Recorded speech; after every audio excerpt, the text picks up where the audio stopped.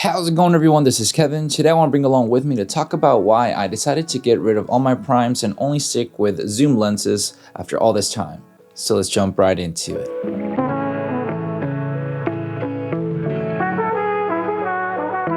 So I made a video a long time ago about the Tamron 35-150 when I first had gotten it, and my decision of why I was kind of, getting rid of my primes, and wanted to give you an update of why I haven't gone back to any primes whatsoever and why it has been the best decision for my photography and videography when it comes down to just having zoom lenses. Funny enough, I actually started with prime lenses. I was kind of swearing by them and they worked out really great, and they still do nothing against prime lenses whatsoever. I started with a 35mm by Sigma, the f1.4.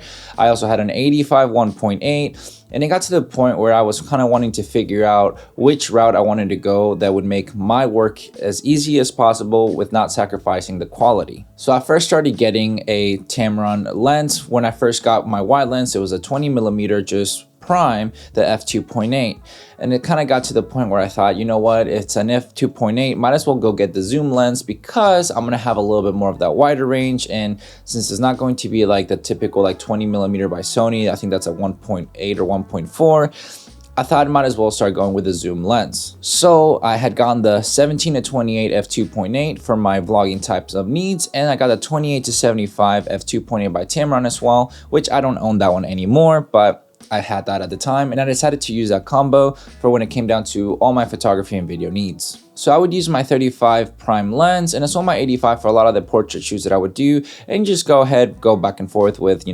changing lenses and everything like that, because it was nice to have that 1.4 or that 1.8 when it came down to basically the blurred background. And into the future, we get the 35-150 f2-2.8. And I got this lens and I did a comparison with it with my prime lenses to see how much was it going to be a difference when it came down to the bokeh or anything like that. And at the end of the day, I noticed that I couldn't really tell much of a difference when it came down to the 35 at f2, as well as my 85 at 1.8 to 85 at like f2.8. So for me, financially, just didn't make sense to keep those lenses, so I decided to get rid of them because I just knew that I was going to be using this lens setup as much as possible as I could, because it was going to save me time and I wasn't going to be sacrificing any quality whatsoever. So after all this time, has it been the great decision to just keep zoom lenses versus maybe getting some prime lenses? Well, for me, yes, it's made sense to just have a zoom lens when it comes down to everything that I need for photo and video needs. I'm not having to consistently change and go back and forth with maybe switching to a different prime or whatever, and it's worked out really great. A lot of people will go, well, prime lenses are sharper, whatever they want you can get a better shallow depth of field and so on and so forth, which to a certain degree, yes, that makes a lot of sense to those people, but for me, the minor differences that I honestly don't think anybody was able to tell, just didn't think it was worth it for me to have to go change lenses when I could just simply just go boom, boom to a different focal length without having to sacrifice a lot of the shallow depth of field and also the sharpness of the camera lens and the body with the photos that I was taking. I've honestly done more of prime lenses for my APS-C censored camera because they're so small and it just makes sense. For me, it's not so much about having to have a unreal setup when it comes down to my APS-C censored photos, because I'm just using it to capture more memories and have fun with them. So I use a lot with a 27mm f2.8, and this is the 35 f2, which works perfectly great, and I think it's a great lens setup to have for just a little bit of a prime lens without having to use the zoom lens that I have from Fuji as well. See, this is the Fuji, the zoom lens is an 18-55 compared to my A7 IV with a 35-150. It's a massive difference, and I understand that, but using the prime lenses that I have, they're just so small in the APS-C world that it just makes sense to have those prime lenses, because honestly, a lot of the prime lenses that I had weren't that much different from this. I mean, they are smaller than this, but it would still be like up to here, sometimes up to there, some of them are up to here. Like the Sigma was quite a big lens, so the form factor of the size didn't just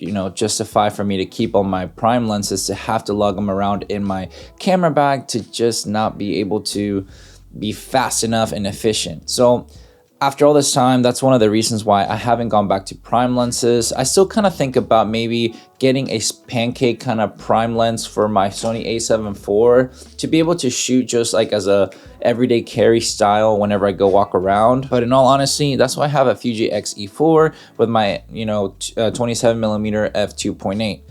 It's just a walk around kind of memory kind of type of camera setup, and it's so small and nice that I can't justify going back to prime lenses anymore, especially for full frame setups. But that to me is one of the questions that I get asked quite often is, after getting my 35-150, do you not miss prime lenses? Are you going to get some prime lenses? And honestly, I just can't justify getting any prime lenses right now. Prime lenses have their due diligence, and they do the right thing that you need for whatever you want to use them for. I mean, some people love them in the portrait, kind of studio setup, but I don't know many people that shoot as wide as possible in portraits in a studio setting, let's say like an f1.8 or 1.4 or 1.2. In reality, they usually kind of go a little bit higher so they can get everything in sharp, kind of focus and everything. So this does the job. I've done plenty of studio portraits here in my house that I don't think anybody would have been able to tell that I used a zoom lens. So I don't know if that helps you out, but I just wanted to kind of make a video about that, because I know I get asked like, hey, is a 35-150 worth it? Should I keep my primes, or should I use this in combination with this prime or this and that? And I tell them my honest opinion, whether it's the right one or not, it doesn't matter. It's right for me. It's that the f2.8 and the f2s and everything of zoom lenses aren't as horrible as people kind of make them seem sometimes, especially the ones that shoot, prime lenses. I think you'll be fine with that f2 to 2.8 or just an f2.8 whatsoever. I mean, Canon has like, I think a 24-70 f2 or something like that, and it's a massive lens, but I mean, you get the shallow depth of field and the bokeh and everything like that, so it's kind of good if you need that as well. So I think more lenses are going to start bringing that action as well. So to me, I think it's perfectly fine to not go back to primes. I don't think they work for my type of videos and photos that I want to do, especially on the go. Despite of having a bigger size of a lens setup right here with a 35-150, I think it's done much better things for me than hinder any outcomes that I've been trying to do. I haven't missed a shot that I would want to take more often than not. Like with a prime lens, I would be like, oh crap, I'm stuck at 35, can't get that farther subject.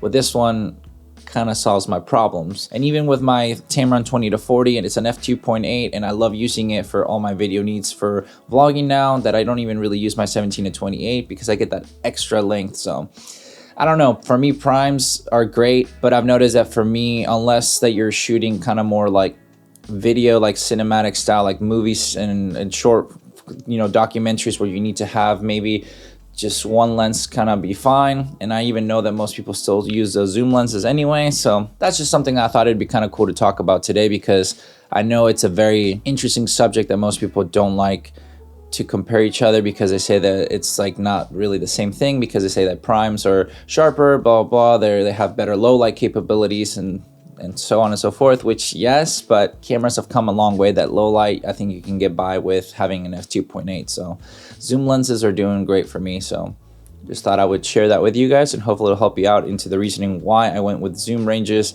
rather than getting the prime. So I've saved money, I've saved time, and I become more efficient and have my quality become higher to me, and at least in my eye. So that's the reason why I've stuck with my zoom lenses versus primes. But with all that said and done, guys, thank you so much for watching this video. Make sure to like and subscribe, share this video with a friend. I'll catch you guys in the next one.